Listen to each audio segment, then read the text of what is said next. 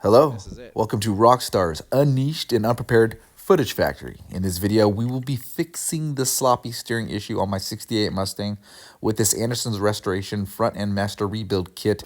Basically, we're going to be replacing the tie rods. There's a slew of other parts that could be replaced, but those are the only two parts we'll be pulling from the list as we shipped this part overseas. So right here, we're taking apart the front suspension. I probably should be using a pickle fork separator, but I don't have one, so I put that on order. It doesn't get here for another 2 more days. So in the meantime, we're gonna heat this up, try to dislodge it.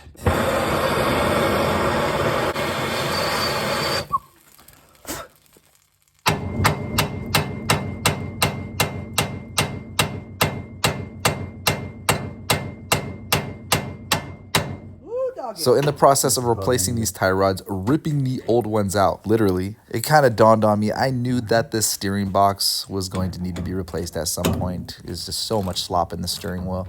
So I bit the bullet. I ordered it. The shipping was an arm and a leg. In cutting these components out, I ordered a new center link. Well, at least what I thought was new. I ordered it from the States. It was used secondhand. So I painted it, cleaned it up, and installed it on the car. After hours of trying to remove the tie rod, being pretty unsuccessful, I'm just gonna take the center link, and I don't want to have to replace it, but I might have to.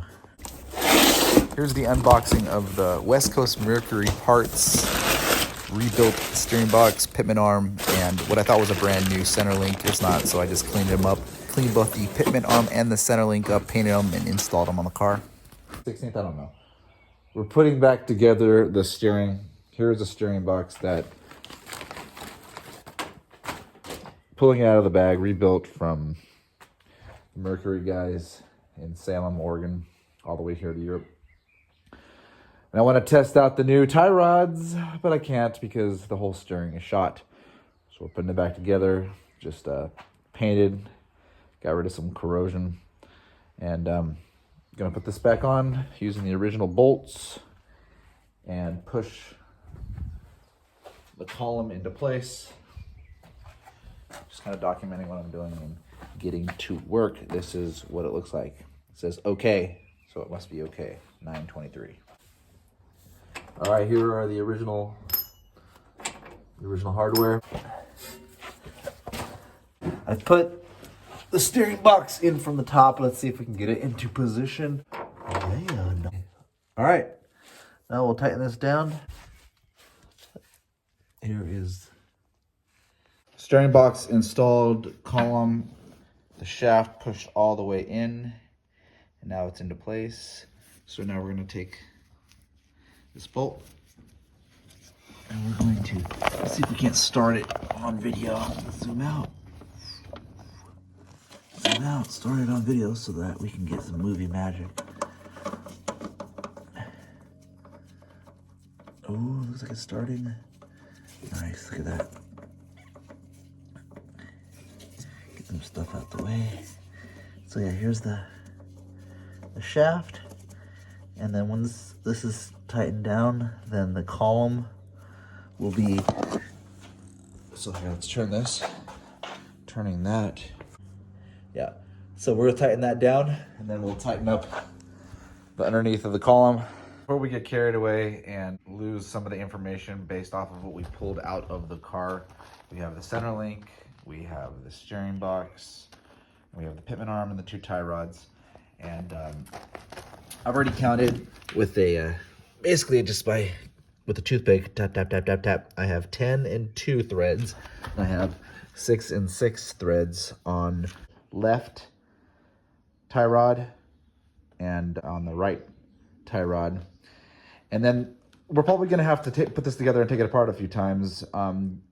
There might have been a better way to center or find out what center was for the pitman arm on the steering box with the steering wheel centered. Right now the steering wheel is as center as I can get it, exact calibration, but like I said, if it needs to come apart afterwards. Here we are unboxing the tie rods, and we're going to put them together so that they are the same length thread-wise as the original ones that came out. So watch me unbox this and put it together.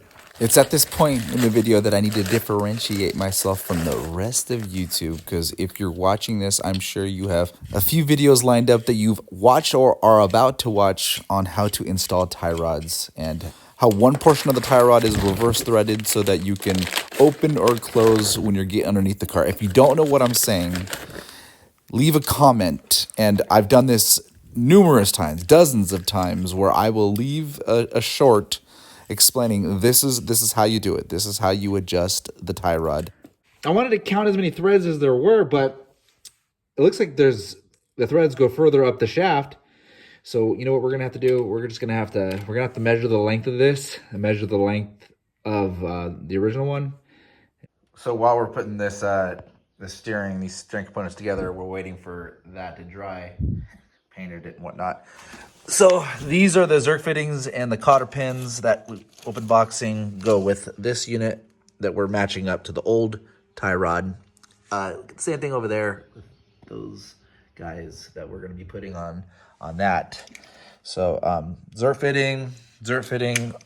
This one didn't, the original one didn't have it. So I just like Zerk fittings. I like being able to get the grease gun on there and lubricate it from the inside. So that's fancy. And then I will replace that one. That one is an older style, same as that. Doesn't have a Zerk fitting on it. In fact, let's double check.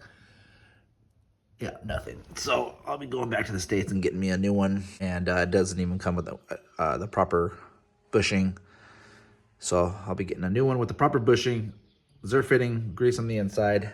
Another peculiar observation is that the tie rod, the left-hand side tie rod, didn't have any Zerk fittings, but the right-hand side original tie rod had a Zerk fitting, where these new tie rods that I'm putting on will have Zerk fitting, 2 Zerk fitting each, 4, where this one only had 1 Zerk fitting between the 2 of them. It's very peculiar.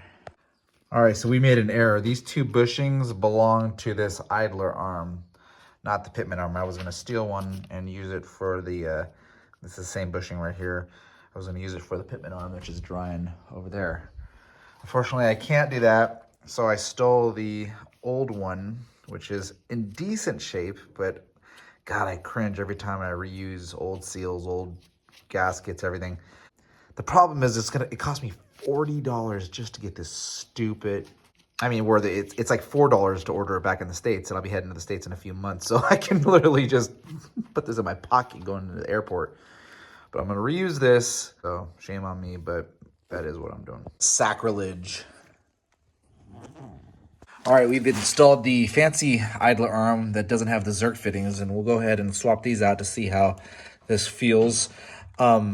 This one, this is the OE bracket. This is the idler arm that came with the Amazon kit, Anderson kit, and then we're just gonna kind of feel how this is better protected. Even the measurement's a little bit different though. The measurement of this bracket is just different than this. The geometry is different. I just don't know. I just don't know.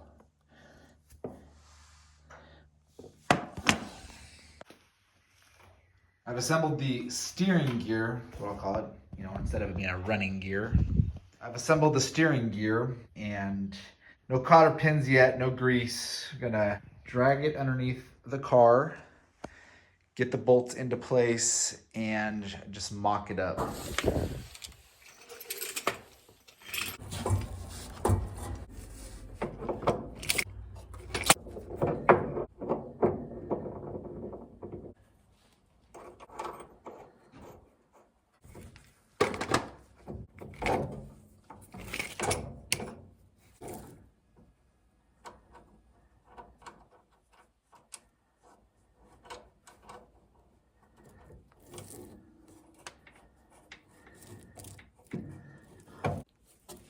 All right, tie rods Centerlink, everything is hand tight into place. So we're gonna turn the steering wheel. Oh. Just testing this install of everything. And then we'll take the camera, put it on the other side.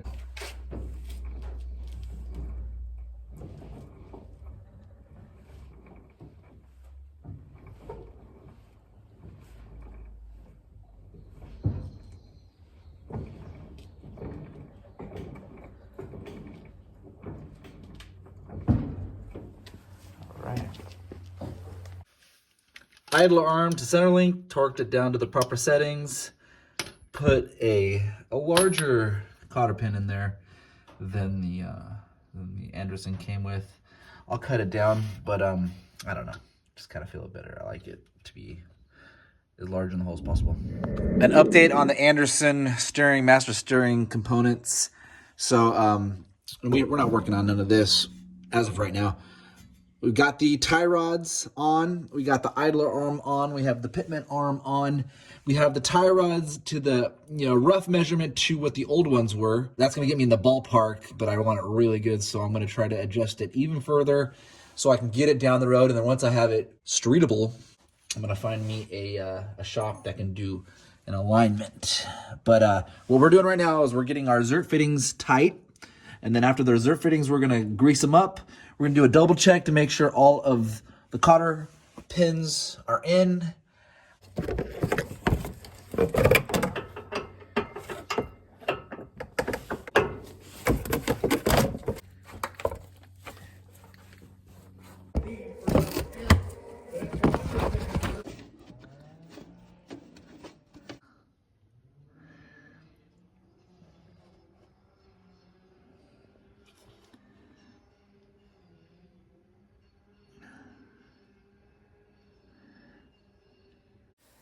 In the next video, the continuation of this video, we will identify the rest of the components in the Anderson restoration kit that can be replaced.